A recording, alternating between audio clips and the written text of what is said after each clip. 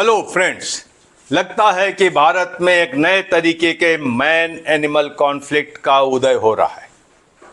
एक तरफ आवारा पशु हैं, उनके साथ में एनिमल लवर्स हैं, एनिमल राइट एक्टिविस्ट हैं, दूसरी तरफ नॉर्मल जनता है, तीसरी तरफ हमारी सरकारें जो कभी कुछ नहीं करती, और चौथी तरफ अदालतें हैं जो कि यदा कदा इस मसले पर कोई आदेश पारित करती।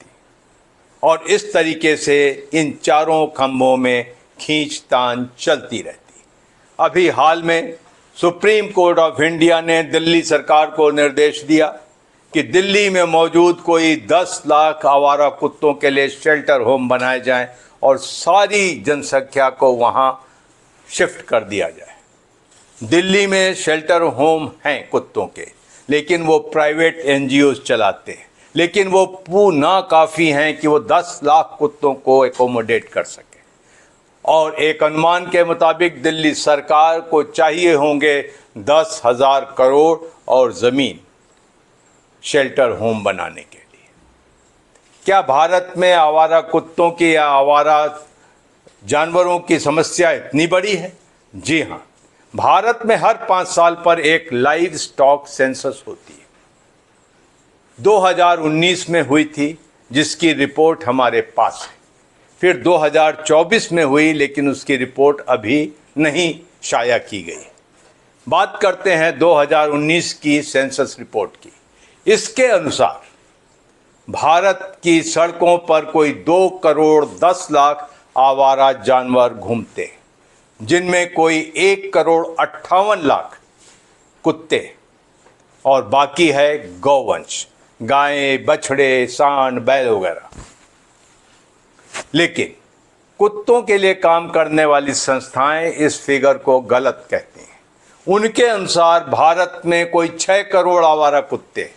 तो अब तो ये समस्या आपके सामने है, 6 करोड़ आवारा कुत्ते। क्या ये अदालत के आदेश से ठीक हो जाएगा? नहीं होगा। आवारा कुत्ते किसको अच्छे लगते हैं?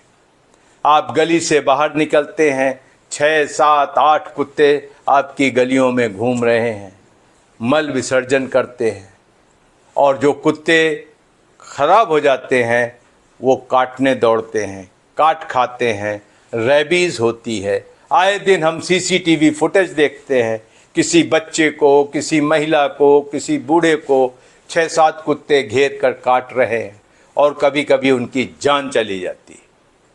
न जाने कितने ट्रैफिक हादसों में कुत्तों का हाथ होता है। ड्राइवर की गलती होती है, लेकिन साथ में एक कुत्ता भी होता है। तो ये सारी चीज़ें आप नज़रअंदाज कर देते हैं, एनिमल राइट्स की बात करते हैं। लेकिन अगर मैं आपसे कहूं कि अगली दफ़ा आप कुत्ता पालें तो कृपा करके आप जर्मन शेफर्ड ना लाएं, लैब्राडोर ना लाएं, हस्की के बारे में ना सोचें, सेंट बर्नार्ड के बारे में ना सोचें, पिटबुल के बारे में ना सोचें। सड़क से एक कुत्ता उठा लें, एडॉप्ट कर लें। क्या आप करेंगे? आप नहीं करेंगे, तो कुत्तों की जनसंख्या बढ़ेगी। ऐसा नहीं है कि कुत्तों की जनसंख्या कम नहीं की जा सकती। एनजीओज अपने लेवल पर प्रयासरत हैं, लेकिन इसमें पैसा चाहिए, संसाधन चाहिए। एक कुत्ते की नसबंदी के लिए नर कुत्ते की करीब 2500 रुपये लगते हैं। मादा कुत्ते की नसबंदी थोड़ी कठिन होती है और सेफ कम होती है, और उसमें पैसे भी ज़्यादा लगते हैं।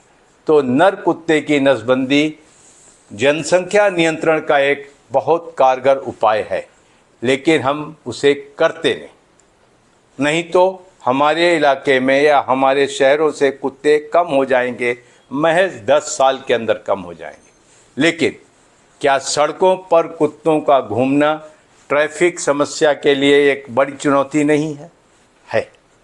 तो यहाँ पर एक चीज़ आती है कि कुत्तों को उतना ही अधिकार है जितना हमें, लेकिन इसके साथ हमें ये भी देखना चाहिए कि इनकी जनसंख्या कैसे कम की जा सके। और यही हाल गौवंश का है। गौवंश के बारे में कोई बात नहीं करना चाहता। आज भारत की सड़कों पर 2024 की लाइव स्टॉक रिपोर्ट आने दीजिए, पता चल जाएगा कि 1 करोड़ से ज़्यादा गौवंश घूम रहा होगा।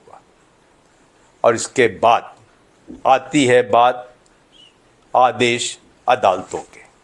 सुप्रीम कोर्ट ने ये आदेश दे दिया, उस पे बाद में पिटीशन आई और उन्होंने दोबारा सुनवाई की आज और अपना फैसला सुरक्षित रखा है।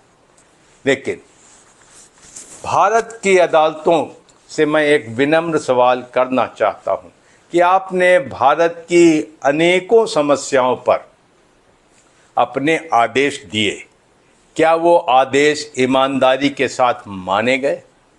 अगर माने गए होते तो भारत में भ्रष्टाचार ना होता, भारत में भीख लोग ना मांगते, भारत में वेश्यावृत्ति न होती, भारत में बाल श्रम न होता, भारत में पोल्यूशन न होता, भारत की हवा साफ होती, भारत की नदियां साफ होती, भारत के जंगल न कटते। आप जिन्हें आदेश पारित करके भेजते हैं मिलॉर्ड, उनकी चमड़ी शायद गेंडे से भी मोटी है। तो इन आदेशों को प्रैक्टिकल बनाइए, जिनको लागू किया जा सके। आज तक अशिक्षा, स्वास्थ्य, इनके बारे में न जाने कितने आदेश पारित हुए, लेकिन ज़मीन पर वो लागू नहीं किए जा सके। लेकिन जो मुद्दा है, क्या भारत की सड़कों से आवारा कुत्ते हटाए जा सकते हैं? भारत की सड़कों से आवारा कुत्तों को हटाना बहुत मुश्किल है, लेकिन उनकी जनसंख्या कम की जा सकती है अगर हम थोड़ी सी कंपैशन के साथ काम करें।